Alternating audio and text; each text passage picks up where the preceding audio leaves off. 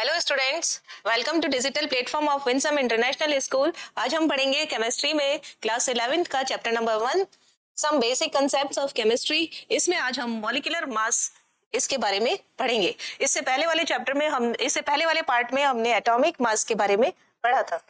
क्या है इसमें मॉलिक्यूलर मास, पहले हम ये देखेंगे मॉलिक्यूलर मास को किन किन फॉर्म्स में रिप्रेजेंट किया जाता है उसे देखेंगे, और इसके बाद हम परसेंटेज ऑफ मॉलिक्यूलर मास कैसे फाइंड आउट किया जाता है, एवरेज परसेंटेज कैसे निकाली जाती है, उसको कुछ क्वेश्चन सॉल्व करेंगे।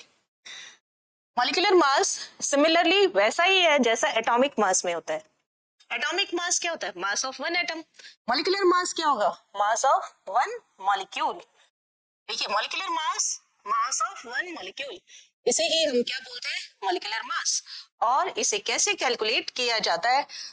हम atomic mass of constituting particle multiplied number of atoms of that element present in the formula. Molecular फॉर्मूले के अंदर जितने भी एटम्स होते हैं उनका एटॉमिक मास और उनके नंबर से उसको मल्टीप्लाई करो। एक से ज्यादा एटम है तो उनको सम कर दो, आपका जो आंसर आएगा that is the molecular mass of that molecule. यानी हमारे पास क्या फॉर्मूला हो गया? मॉलिक्यूलर मास, जिसे हम एम से लिखते हैं या कंप्लीट लिख देते हैं, molecular mass is equal to atomic mass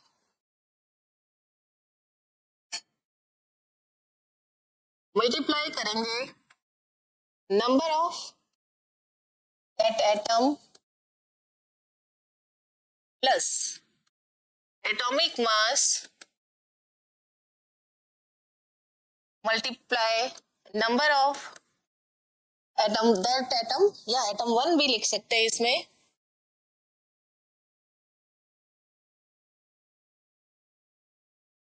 plus atomic mass and number of atom 2। जितने भी दे रखे हो एटम्स हो उनके एटॉमिक मास को उसके नंबर से मल्टीप्लाई करके हम मॉलिक्यूलर मास फाइंड आउट कर लेते हैं। एटॉमिक मास हमने पहले बताया भी था, लेकिन फिर भी यहाँ पर कुछ कॉमन एलिमेंट्स का एटॉमिक नंबर और मास दोनों ही चीजें हम यहाँ पर बताएंगे। एटॉमिक नंबर जरूरत नहीं होगी आपको, एलिमेंट और एटॉमिक मास, क्योंकि बिना एटॉमिक मास के आप फाइंड आउट नहीं कर सकते मॉलिक्यूलर मास को। फर्स्ट सोडियम और NaOH, इसको बोलते हैं हम sodium hydroxide.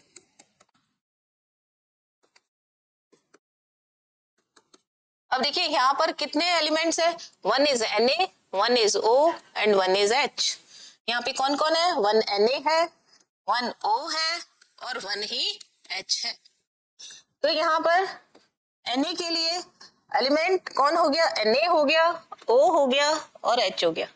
Na atomic number 11, oxygen periodic table में जिस नंबर पे आता है उसे ही हम एटॉमिक नंबर बोलते हैं। यहाँ पर कितना होता है एटॉमिक नंबर इसका? 8, और मास कितना होता है? 16। सोडियम का मास होता है 23 और हाइड्रोजन 1 और मास भी 1। अकेला हाइड्रोजन ही पूरे पीरियोडिक टेबल में ऐसा एलिमेंट है जिसका एटॉमिक नंबर और एटॉमिक मास इक्वल होता है। ऑक्सीजन एटॉमिक नंबर कितना है? इवन है, इसलिए इसका डबल करना है आपको, 16। जनरली ऐसा देखा जाता है।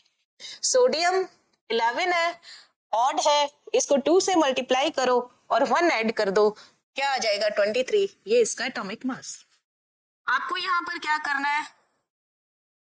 इक्वल टू 1 इसका नंबर, 23 इसका मास प्लस 1 इसका number, atomic mass 16 plus 1 into 1, और यहाँ पर ब्रैकेट लगा देंगे। ब्रैकेट इसलिए क्योंकि सबसे पहले ब्रैकेट वाली चीज को ही सॉल्व किया जाता है। 23, 16 और 1, तो हमारे पास आंसर आ जाएगा 40। ओके, नाउ नेक्स्ट हमारे पास एग्जांपल है H2SO4। H2SO4 का नेम होता है सल्फ्यूरिक एसिड। हम सेकेंड एग्जांपल को यहां लेंगे, H2SO4, इसका नेम होता है सल्फ्यूरिक एसिड। नाम से पता चल रहा है एसिड होगा ये, और सोडियम हाइड्रोक्साइड एक बेस होगा। कैसे देखते हैं हम इसका atomic number, atomic molecular mass? तो मॉलिक्यूलर मास ऑफ H2SO4, इसमें आपको सबसे पहले क्या फाइंड आउट करने पड़ेंगे कि कौन कौन से एलिमेंट्स हैं और कितने हैं। हमारे पास मॉलिक्यूलर मास फाइंड आउट करने के लिए 2 हाइड्रोजन है, यहाँ पर 1 S है और 4 O है। तो हाइड्रोजन का मेरे पास एटॉमिक मास गिवन है, मेरे पास ऑक्सीजन का गिवन है, सल्फर कितने नंबर पे आता है 16, और ये एक इवन है एटॉमिक नंबर, इसलिए डबल कर देंगे, कितना हो जाएगा 23, सॉरी 32 इसका क्या हो जाएगा एटॉमिक मास। तो हम यहाँ पर सबकी वैल्यूज पुट करेंगे, कितनी करेंगे यहाँ पर 2 into 1 plus 1 into 32 plus 4 into 16, bracket लगा देंगे यहाँ पर ताकि पहले ब्रैकेट को सॉल्व किया जाए और बाद में एडिशन किया जाए। 2 + 32 + 64, एडिशन करने पर आंसर आएगा 98। ओके, नाउ नेक्स्ट यहाँ पर कौन है, थर्ड ग्लूकोज। ग्लूकोज का फॉर्मूला होता है C6H12O6। आप इसका क्या फाइंड आउट करना चाहते हैं, मॉलिक्यूलर मास। और मॉलिक्यूलर मास फाइंड आउट करने के लिए आपको क्या मालूम होना चाहिए, नंबर ऑफ एटम्स कितना है और एटम क्या है, +12 आपके पास क्या है हाइड्रोजन, +6 ऑक्सीजन। आपके पास यहाँ पर क्या नहीं है, कार्बन का कितना होता है 6, एटॉमिक नंबर कितना है 6, और 6 का डबल, क्योंकि ये इवन है हमें सिर्फ डबल ही करना है, कितना हो जाएगा 12। यहाँ पर 6 into 12 plus 12 into 1 plus 6 into 16, bracket लगाएंगे और इसको सॉल्व करेंगे। 72 प्लस 12 प्लस 96, कितना आ जाएगा आंसर 180। अभी इसके अंदर हम यूनिट नहीं लिख रहे हैं, ठीक है, नेक्स्ट बताएंगे कि इनके यूनिट क्या क्या हो सकती है। नेक्स्ट हमारे पास कौन है, सुक्रोज। सुक्रोज इसे ही बोला जाता है टेबल शुगर, इसे ही बोला जाता है केन शुगर, इसे ही बोला जाता है इन्वर्ट शुगर।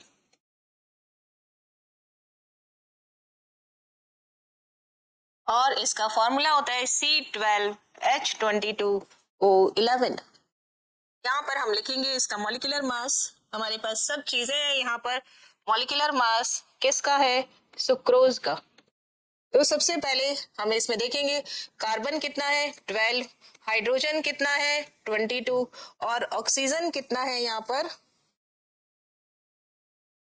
हाइड्रोजन 22 और ऑक्सीजन कितना है यहाँ पर 11। इसलिए हमारे पास कैलकुलेशन अगर हम करें तो हमारे पास क्या रह जाएगा, 12 into 12, कार्बन का कितना है 12, plus 22 into 1 plus 11 into 16, bracket लगा देंगे इसमें और इसको सॉल्व करेंगे।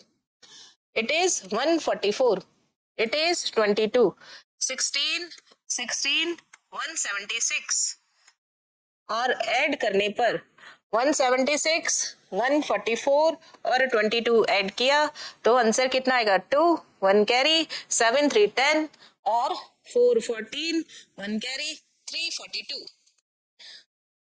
कुछ ऐसे मॉलिक्यूल्स हैं जो यहाँ कराए जा रहे हैं, सारे इंपॉर्टेंट है, बार बार काम आते हैं, इसलिए आप इनके एटॉमिक मास आपको याद हो जाने चाहिए।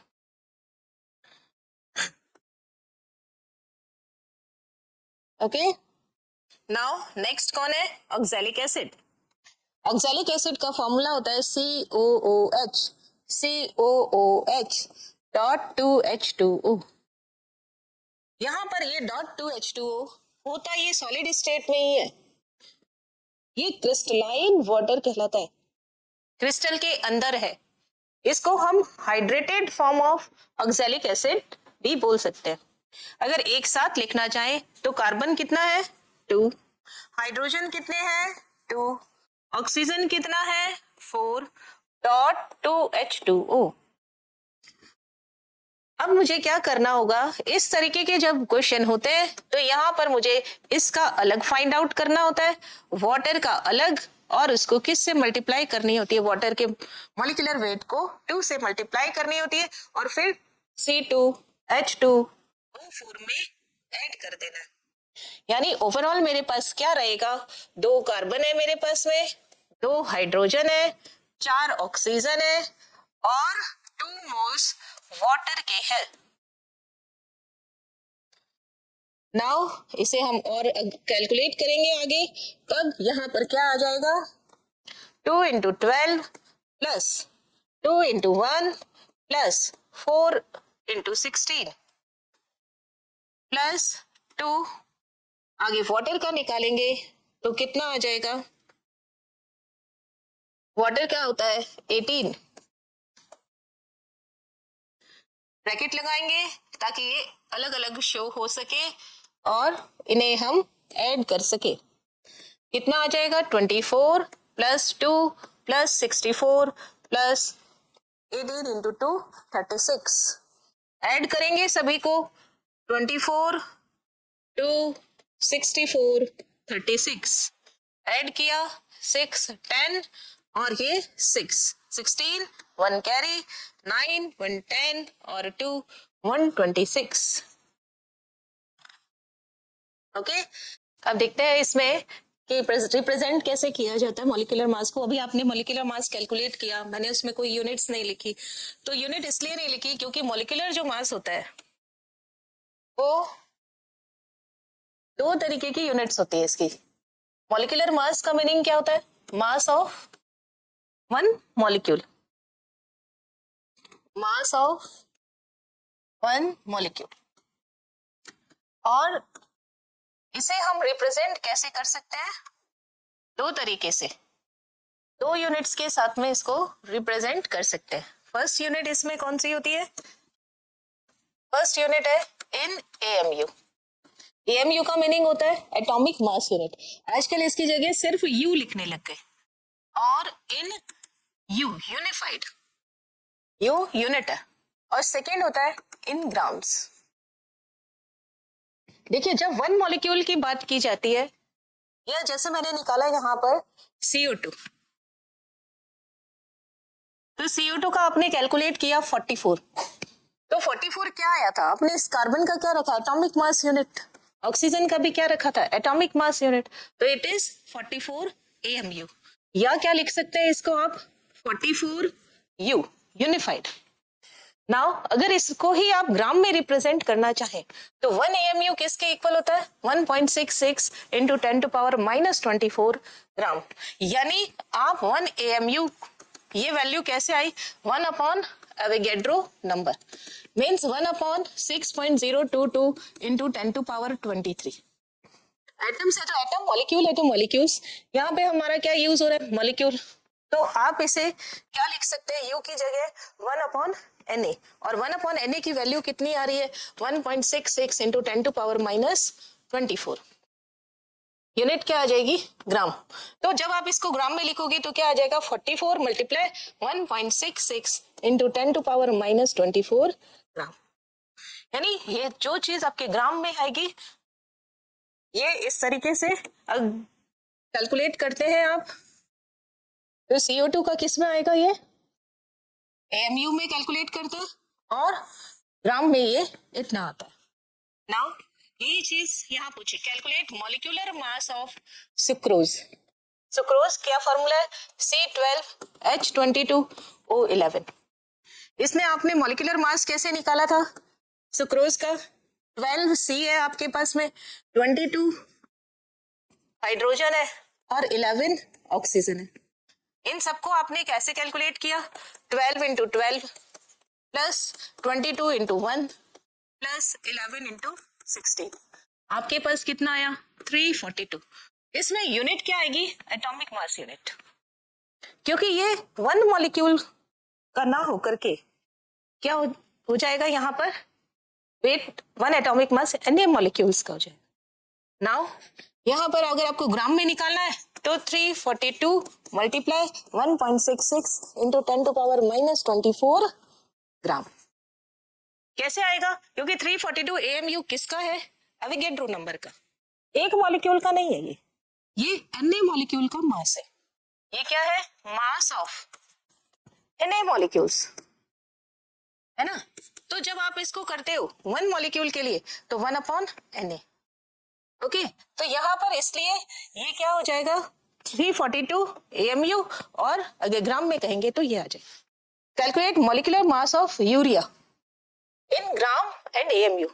नेक्स्ट क्वेश्चन, यूरिया, इसका फॉर्मूला क्या होता है, NH2 C double bond O NH2।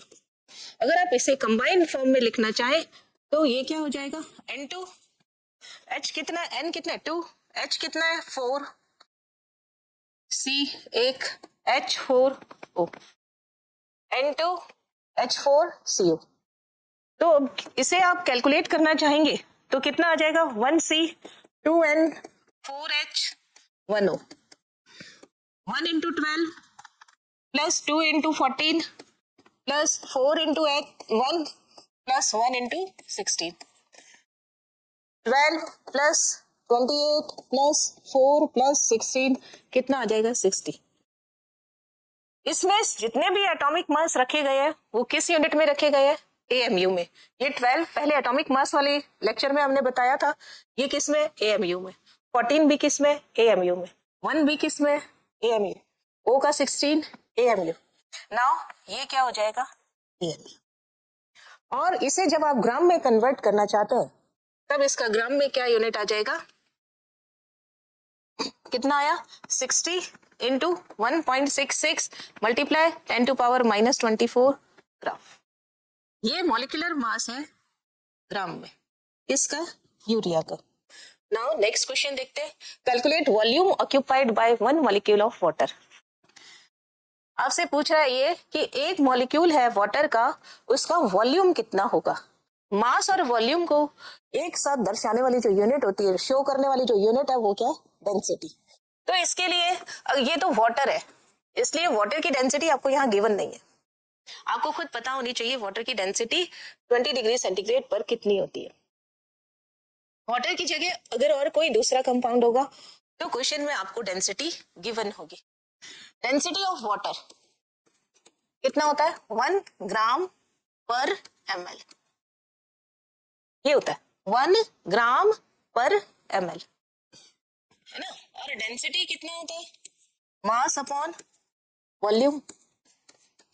अब आपको क्या मालूम करना है, मास, वो भी कितने का, 1 मॉलिक्यूल का, और किस में करना है, ग्राम में। तो यहाँ पे देखिए क्या होगा, वाटर का आप मॉलिक्यूलर वेट देखें, वाटर, इसका क्या देख रहे हैं, molecular mass. Molecular mass of water कितना होता है, 18 ऑफ वाटर। कैसे कैलकुलेट करेंगे, 2H है 1O है, 2 इंटू 1 प्लस 1 इंटू 16, तो 2 प्लस 16 कितना हो जाएगा, 18 ग्राम, 18 AMU। नाउ आपको किस में कन्वर्ट करना है, 1 मॉलिक्यूल के लिए ग्राम में। Mass of 1 molecule of water कितना हो जाएगा, 18 इंटू 1.66 मल्टीप्लाई 10⁻⁻24 ग्राम। तो आपके पास 1 मॉलिक्यूल का मास कितना है, ये वॉल्यूम आपको कैलकुलेट करना है, इसका वॉल्यूम आपको कैलकुलेट करना है। डेंसिटी कितना है, 1 ग्राम पर ml। तो क्या करेंगे, सारी वैल्यूज पुट कर देंगे तो आंसर क्या आ जाएगा आपका, टी की जगह कितना रखा 1, मास की जगह कितना रखा 18 इंटू 1.66 इंटू 10⁻⁻24 ग्राम। नाउ वॉल्यूम फाइंड आउट करना है, इसकी यूनिट क्या थी, 1 ग्राम पर ml। और देखिए जो चीज कट करने वाली है वो कट कर देते हैं, ग्राम से ग्राम कैंसिल, v को ट्रांसफर कर दिया दूसरी साइड में, क्रॉस मल्टीप्लाई कर देंगे और ml ट्रांसफर हो जाएगा इस साइड में, तो v इज इक्वल टू क्या आ जाएगा, 18 into 1.66 multiply 10 to power minus 24 ml. It is answer. Volume of water. One molecule of water. Water के वन मॉलिक्यूल का कितना होगा volume? 18 into 1.66 into 10 to power minus 24 ml. Now next देखते हैं. अभी आपने क्या देखा? मॉलिक्यूलर मास को डिटरमाइन करने के तरीके, रिप्रेजेंट करने के तरीके और कुछ क्वेश्चंस देखे. अब आपको पता चल गया कि एएमयू है. तब जो जैसे हम एटॉमिक मास में निकालते हैं तो वो यूनिट्स उसके आगे क्या आ जाएगी? एएमयू. अगर ग्राम में कन्वर्ट करना है तो 1/Na से मल्टीप्लाई कर दो. नाउ नेक्स्ट इसमें relative mass unit. Relative mass का मतलब आपको किसी से कंपेयर करना है. जहां भी रिलेटिव वर्ड आएगा मीन्स आपको उससे दूसरी चीज से कंपेयर करना है. रिलेटिव ऐसे एकदम तराजू की तरह है ना. एक यहाँ पर ये, दूसरा यहाँ पर ये. एक साइड में आप क्या रख रहे हैं? कार्बन 12 है ना, इसका मास रख रहे हैं और यहाँ भी मॉलिक्यूल रख रहे हैं, कोई भी मॉलिक्यूल. तो जब आप कोई भी मॉलिक्यूल रखेंगे तो जितने के वेट के ये बराबर होगा वही क्या होगा? Relative molecular mass. यही चीज रिलेटिव एटॉमिक मास भी होती है. तो it is the ratio of actual mass of molecular weight with respect to 1/12 of the mass of carbon 12. आपको एटॉमिक मास में भी बताया था कि हम यहाँ पर रिलेशन कार्बन 12 का क्यों लेते हैं, क्योंकि एक तो इसका आइसोटोपिक फॉर्म जो C12 है उसका अबंडेंस बहुत ज्यादा है. दूसरा रिएक्शन नहीं करता है, स्टेबिलिटी बहुत ज्यादा है, इस वजह से हम कार्बन 12 भी लेते हैं.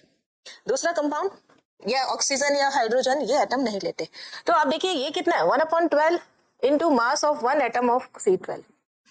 और इससे तो हम कंपेयर करेंगे. किसको कंपेयर करेंगे?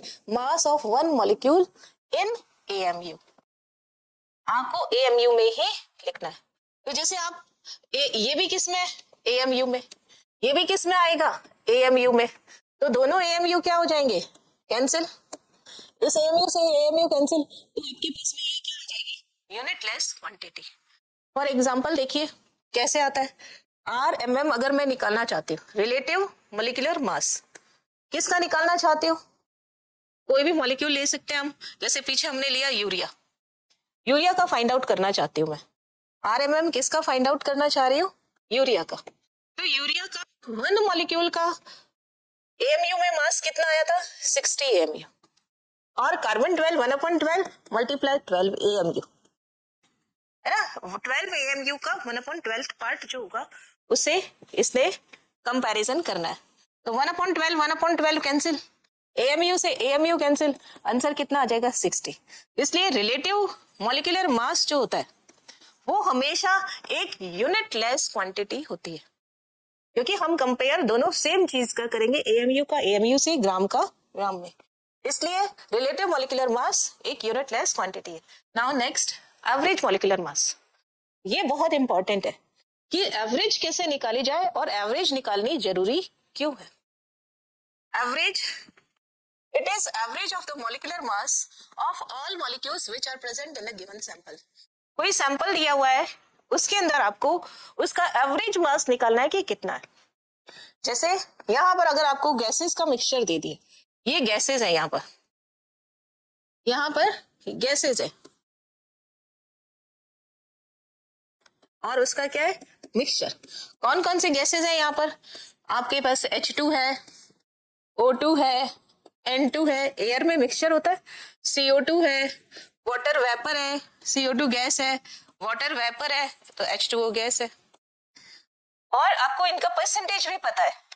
जैसे इसका कितना है? 78%. इसका कितना है? 21%.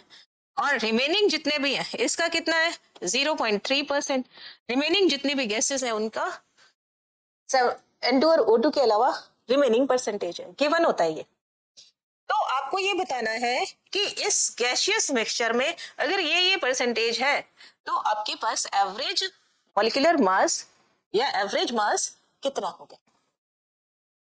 तो इसके कई तरीके से ये क्वेश्चन आता है. एक फर्स्ट तरीका बता देते हैं कि एबंडेंस दिया हुआ हो. एबंडेंस यानी मोल परसेंटेज दिया हो. मोल परसेंटेज यानी मोल फ्रैक्शन दिया हो, है ना. इन मोल फ्रैक्शन परसेंटेज के फॉर्म में गिवन हो.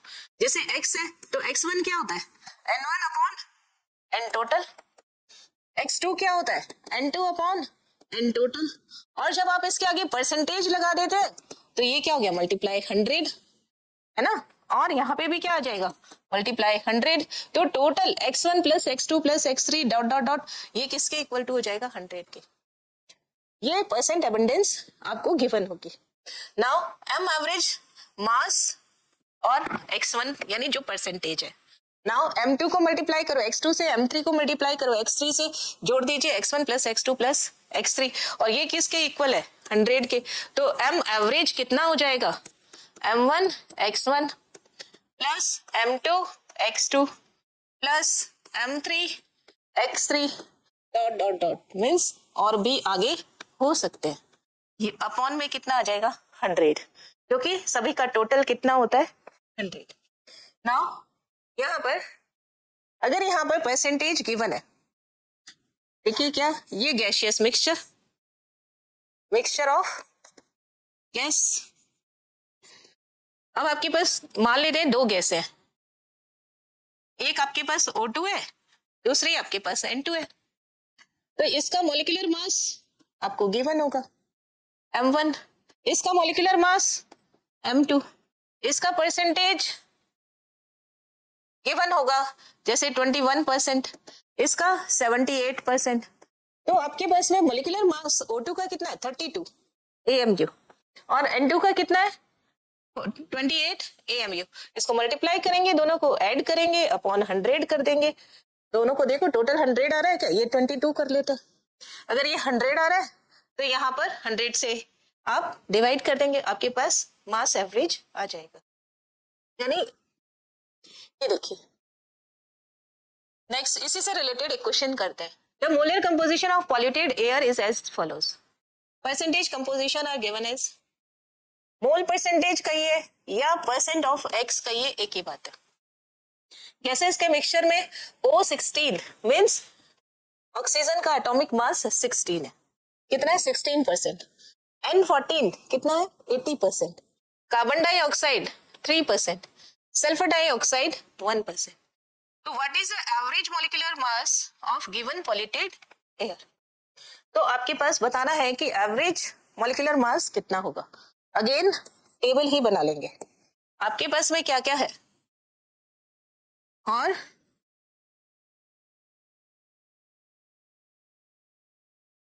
फर्स्ट आपके पास में क्या है, गैस कौन कौन सी है, ऑक्सीजन 16,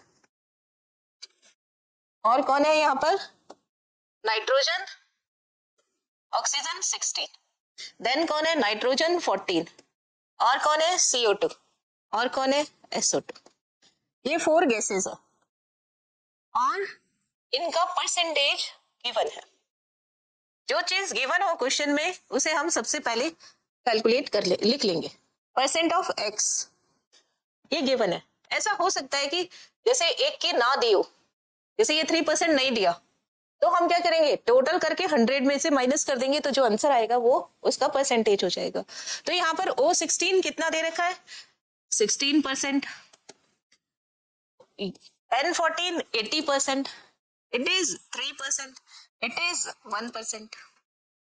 अब आपको क्या करना है, M1 देखना है, M1 या मास, मॉलिक्यूलर मास यहाँ पर कौन कितना है, 16, इसका कितना है मॉलिक्यूलर मास 14, क्वेश्चन में गिवन है 14, इसका कितना है 44, कैलकुलेट कर लेंगे, और इसका कितना है 64। CO2 का कैसे कैलकुलेट करेंगे आप, 12 प्लस 2 इंटू 16, कितना हो जाएगा ये, 12 प्लस 32 मीन्स 44, यूनिट क्या आएगी, AMU। नाउ इसी तरीके से सल्फर डाइऑक्साइड है, सल्फर डाइऑक्साइड, सल्फर का होता है एटॉमिक मास 32, 2 इंटू 16, तो 32 प्लस 32 कितना हो जाएगा 64 AMU। अब आपके पास मॉलिक्यूलर मास आ गया। नाउ आपको क्या करना है कि M इंटू एक्स है, आप यहाँ पर x देखिए, परसेंटेज हटा दीजिए, 16, इधर कितना है 80, नाउ 3, नाउ 1।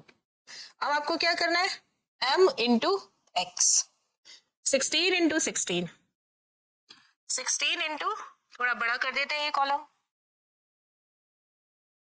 16 इंटू 16 कितना हो गया? 256। 80 इंटू 14 कितना आ गया? 832, 3 कैरी और 8 और 3 11। 44 मल्टीप्लाई 3 तो यहाँ पर कितना आ जाएगा? 132। 64 मल्टीप्लाई 1 कितना आ जाएगा? 64। तो इस तरीके से आपने m और x को क्या किया? ऐड। उसके बाद आप टोटल mx निकाल लीजिए, फॉर्मूले में रखेंगे अब, ठीक है। और परसेंटेज है मीन्स x1, इन सबको ऐड कर लीजिए। ऐड करें 16, 80, 3 और 1 4 तो कितना आ जाएगा यहाँ पर? 100, है ना। तो ये टोटल कितना है? 100। तो आप क्या फॉर्मूला लगाओगे एम एवरेज का? 256 मल्टीप्लाई कर दिया ना। m1 पीछे फॉर्मूला देखिए, m1 x1, m2 x2, m3 x3 multiply करके आपको क्या करना है? सम। 256 प्लस 1120 प्लस 132 प्लस 64 और डिवाइडेड बाय कितना आएगा? 100। तो देखिए यहाँ पर इनको ऐड करते हैं। 1120, 256, 132 और 64। जब आप ऐड करेंगे 2 1 कैरी और 9 और 1 10 और 7 17 और 2 3 4 5 और 1 तो आपके पास क्या आंसर आ गया?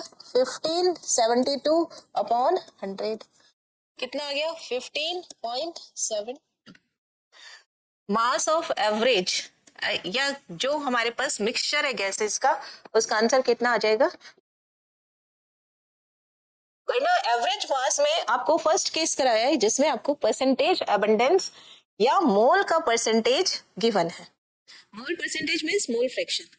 अगर आपको मोल ही गिवन है तो आप क्या करेंगे? अगर आपको जैसे यहाँ पे गैसियस मिक्सचर है ना, मिक्सचर ऑफ गैसेस। अब इसमें कौन कौन सी गैसेस है? ए गैस, जरूरी नहीं है गैस हो, कोई सॉलिड भी हो सकता है, सॉल्यूशन भी हो सकता है, बी हो सकता है और सी हो सकता है। अब जो भी गैस होगी उसका आप मॉलिक्यूलर मास फाइंड आउट कर सकते हैं। इसका मॉलिक्यूलर मास क्या होगा? m1। नाउ m2, इसका क्या हो गया? m2। इसका क्या हो गया? m3। इट इज गिवन और नॉट। मेन आपको गिवन क्या है? मोल। मोल मतलब n, n गिवन है। नाउ गिवन होने से कटी करते थे, आपको क्या गिवन है? मोल। इसके n1 मोल है, इसके n2 मोल है और इसके n3 मोल है। तो आप देखिए क्या करेंगे, इससे मोल फ्रैक्शन फाइंड आउट कीजिए। मोल फ्रैक्शन कैसे फाइंड आउट करते हैं? इससे आपको क्या निकालना है? परसेंट एक्स या क्या निकालना है?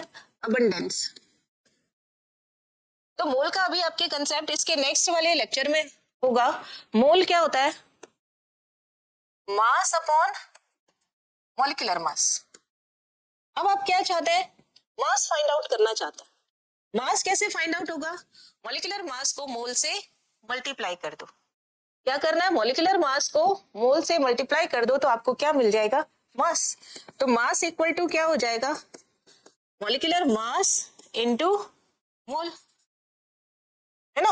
अब यहां पर हम क्या करते हैं? परसेंट ऑफ एक्स कैसे फाइंड आउट करते हैं? एक्स कैसे फाइंड आउट करते हैं? ये देखेंगे, x1 कैसे फाइंड आउट किया जाएगा? n1 upon n1 plus n2 plus n3। 3 है ना हमारे पास। और अगर मैं यहाँ परसेंटेज फाइंड आउट करना चाहती हूँ मीन्स इट इज 100, तो यही परसेंट अबंडेंस हो जाएगी और यही मोल हो जाएंगे। Now percent x2, n2 upon n1 plus n2 plus n3 multiply क्या हो जाएगा? 100। परसेंट x3 कितना हो जाएगा? n3 upon n1 plus n2 plus n3 multiply में क्या आ जाएगा? 100। अब आप देखिए कैसे करेंगे। आपके पास मास एवरेज है, मास एवरेज कैसे निकालते हैं आप? m1 x1 plus m2 x2, m1 x1 plus m2 x2 plus m3 x3 upon में क्या करते हैं x1 plus x2 plus x3, है ना। और आपके पास x1 x2 x3 कितना आएगा 100, क्योंकि आप टोटल किसके लिए फाइंड आउट करना चाहते हैं। तो ये वैल्यू आपके पास कितनी है 100, है ना। और ये वैल्यू कितनी है आपके पास में x1 की वैल्यू क्या हो गई n1 upon n1 plus n2 plus n3, है ना, एंड सो ऑन। इसकी जगह क्या रखेंगे n1 upon n1 plus n2 plus n3, इसकी जगह क्या रखेंगे n3 upon n1 plus n2 plus n3। तो इस तरीके से हम टोटल अगर सबको देखा जाए तो आपके पास में m एवरेज क्या आ जाएगा m1 n1 plus m2 n2 मास निकल रहा है plus m3 n3 upon n1 plus n2 plus n3, है ना, क्योंकि मोल फ्रैक्शन जो होता है हमेशा किसके इक्वल होता है 1 के। यहाँ पर कितना है 100, तो हमने किसके इक्वल रखा 100 के। अगर n1 plus n2 plus n3 ये सब कॉमन ले लिया जाए तो ये यहाँ पे क्या आ जाएगा m1 n1 और नीचे क्या आ जाएगा n1 plus n2 plus n3 into 100 में ना लेकर के हम किस में ले लें 1 में परसेंटेज, तो मेरे पास क्या आ जाएगा n1 plus n2 plus n3 आ जाएगा। एक क्वेश्चन देखते हैं, उससे ज्यादा अच्छे से क्लियर होगा।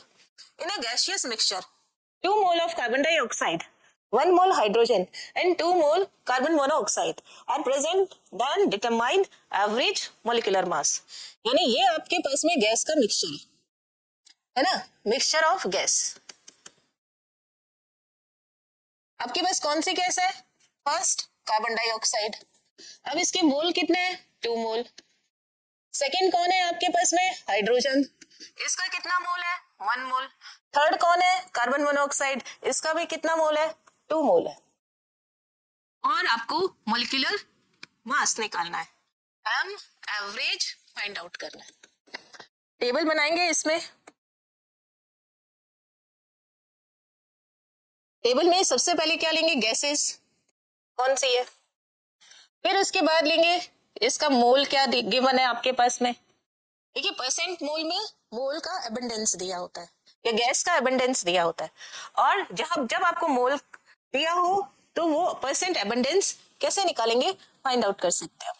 नाउ मॉलिक्यूलर मास, और उसके बाद क्या करना है इन दोनों को मल्टीप्लाई, मॉलिक्यूलर मास मल्टीप्लाई मोल, ताकि आपको क्या मिल जाए मास, है ना।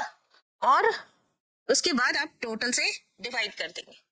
नाउ गैस कौन सी है देखें, फर्स्ट गैस है CO2, मोल कितना है इसका गिवन 2 मोल, मास कितना होता है 44, आगे मॉलिक्यूलर मास कितना होता है 44, तो 44 इंटू 2 यानी 88।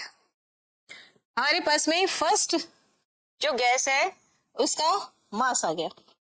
नाउ सेकेंड गैस कौन सी है यहाँ पर हाइड्रोजन, हाइड्रोजन कितना है 1 मोल, और हाइड्रोजन का H2 है तो इसका कितना हो गया मॉलिक्यूलर मास 2, तो 1 इंटू 2 कितना हो गया 2। नाउ थर्ड कौन है मेरे पास, कौन सी गैस है कार्बन मोनोऑक्साइड CO, इसका कितना है 2 मोल, तो CO का कितना होता है 12 प्लस 16 कितना हो गया 28, तो ये कितना आ गया 28 AMU। नाउ 2 इंटू 28 कितना हो गया 56। यहां पर आपको सारी गैसेस के टोटल मासेस पता चल गए। अब आप कैसे निकालते हैं एवरेज, अगर आपको एवरेज निकालना हो तब आप क्या करते हैं जितने मार्क्स होते हैं उसका टोटल लेते हैं, जितने नंबर ऑफ सब्जेक्ट होते हैं उनका टोटल लेते हैं, और फिर निकाल लेते हैं कि एक सब्जेक्ट में मेरा एवरेज परसेंटेज एवरेज मार्क्स कितने आए। अब यहाँ पे आप क्या करेंगे, मार्क्स ने कितने आए, मास आपने क्या निकाल लिया मास कैलकुलेट कर लिया।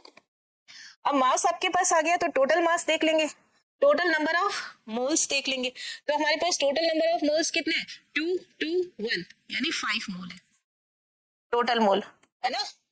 ये क्या एन टोटल कितना आ गया 5 मोल, और मास टोटल कितना आ जाएगा, मास टोटल कितना आ जाएगा इनको ऐड कर देंगे, तो 88 और 2 कितना हो गया 90, और 90 और 56 कितना हो जाएगा?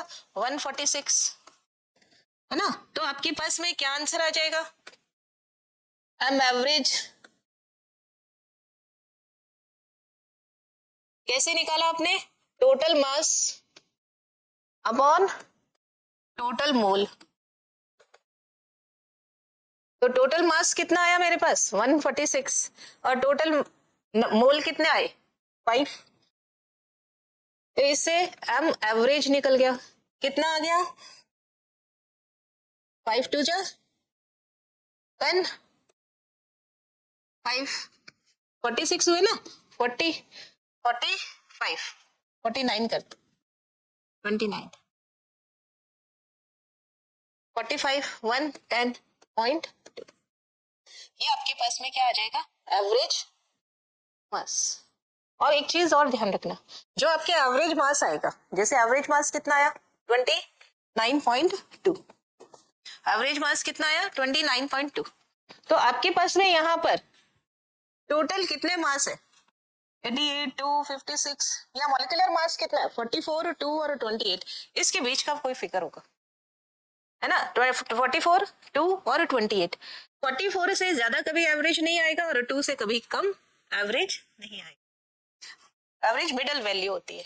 Now if mass percentage is given, अगर हमें मास परसेंटेज गिवन हो तब हम कैसे एवरेज मास फाइंड आउट करेंगे? नाउ ये गैसेस का मिक्सचर,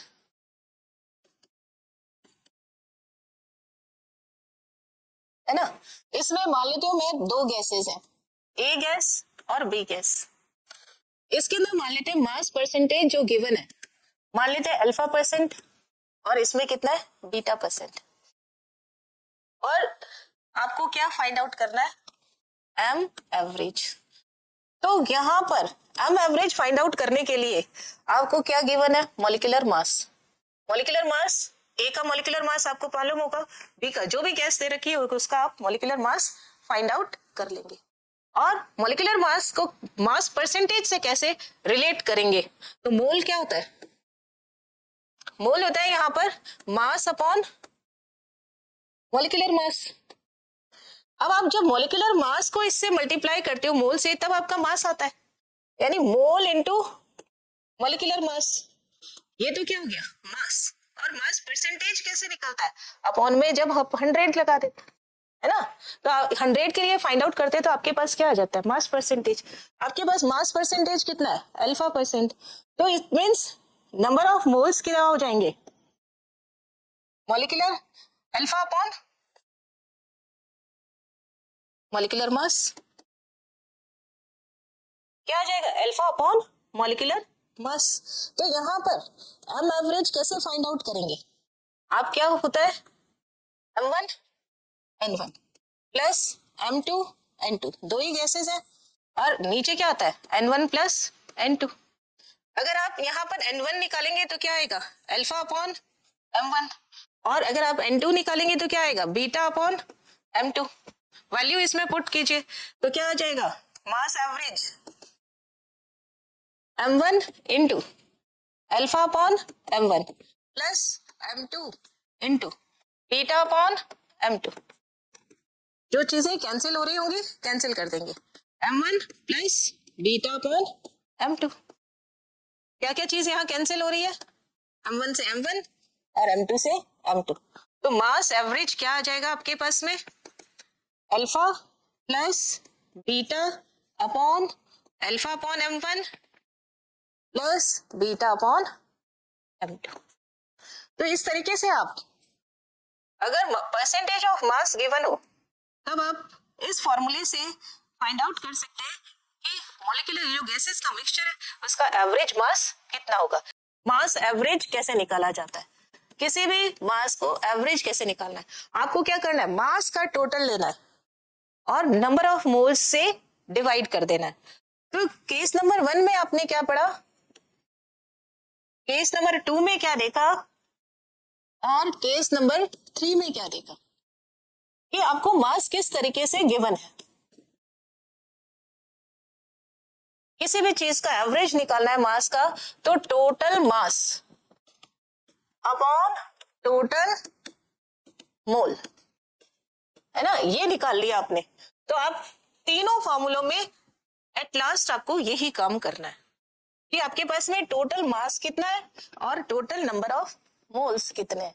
अगर आप इन दोनों को डिवाइड करोगे तो आपको क्या मिल जाएगा, एवरेज ऑफ मास मिल जाएगा। जैसे फर्स्ट केस था, इसमें क्या था, इफ मोल परसेंटेज, इसको क्या बोलते हैं हम, अबंडेंस, गिवन हो, तब आपको क्या फॉर्मूला निकाल लेना है, एम एवरेज, है ना, इसको एक्स भी बोलते हैं हम, m1 x1 plus m2 x2 and so on upon x1 plus x2। अगर ये 100 में दे रखा हो रहा है टोटल 100 तो आप 100 रख देना, अगर टोटल 100 ना हो रहा हो तो जो उसकी वैल्यू हो वो रख देना। यहाँ पर हमने जो क्वेश्चन किया उसमें 100 हो रहा है तो m1 x1 plus m2 x2 upon 100। Now second case में आपने क्या देखा कि आपको क्या गिवन है, इफ मोल्स आर गिवन, अगर गैसेस के क्या गिवन है, मोल्स गिवन है, तो मास एवरेज कैसे निकालेंगे आप, m1 n1 plus m2 n2 upon n1 plus n2। Clear. अब देखिए यहाँ पर x1 कैसे निकालते हैं, आप कैसे रिलेट करते हैं, x1 को कैसे निकालेंगे, n1 upon n1 plus n2, हो गया। x2 को आप कैसे निकालेंगे, n2 upon n1 plus n2। अगर आप n1 की जगह, x1 की जगह आपने क्या रखा, n1 upon n1 plus n2, है ना, इसकी जगह आपको क्या रखना है, n1 upon n1 plus n2, इसकी जगह क्या रखना है, n2 upon n1 plus n2, common क्या ले लिया, n1 प्लस n2, तो आपके पास यही फॉर्मूला आ जाएगा, है ना। तो इस तरीके से इनको रिलेट भी किया जा सकता है, x1 की वैल्यू इसमें पुट कर दो, आपके पास यही आंसर आ जाएगा। Now next, if mass percentage is given, अगर आपको मास परसेंटेज गिवन है तब आपको क्या लिखना है, एम एवरेज आप कैसे निकालोगे,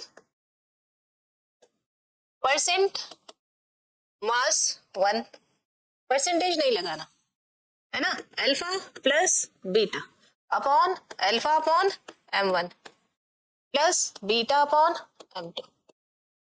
अब देखिए n1 की जगह आपको क्या रखना है, n1 की जगह रखना है आपको अल्फा अपॉन, n1 की जगह क्या रखना है, अल्फा अपॉन m1, n2 की जगह क्या रखना है, बीटा अपॉन m2। तो आपके पास जब इसमें ये फॉर्मूला में ये वैल्यूज पुट करोगे तो आपके पास में ये फॉर्मूला आ जाएगा, है ना। इसी तरीके से एम एवरेज, इसका फॉर्मूला ये आ जाएगा, इसी तरीके से एम एवरेज, इसका फॉर्मूला ये आ जाएगा। मोल क्या होता है, mole equal to mass upon molecular mass. Okay, ये था आज का सेशन। इसमें आपने देखा कि मॉलिक्यूलर मास को हम कैसे फाइंड आउट करते हैं, मॉलिक्यूलर मास किन किन में फाइंड आउट किया जाता है, एम रिलेटिव के लिए कैसे निकालते हैं, एवरेज कैसे निकालते हैं और इनकी यूनिट्स क्या क्या होती है। नेक्स्ट सेशन में हम मोल कंसेप्ट के बारे में पढ़ेंगे। Thank you so much.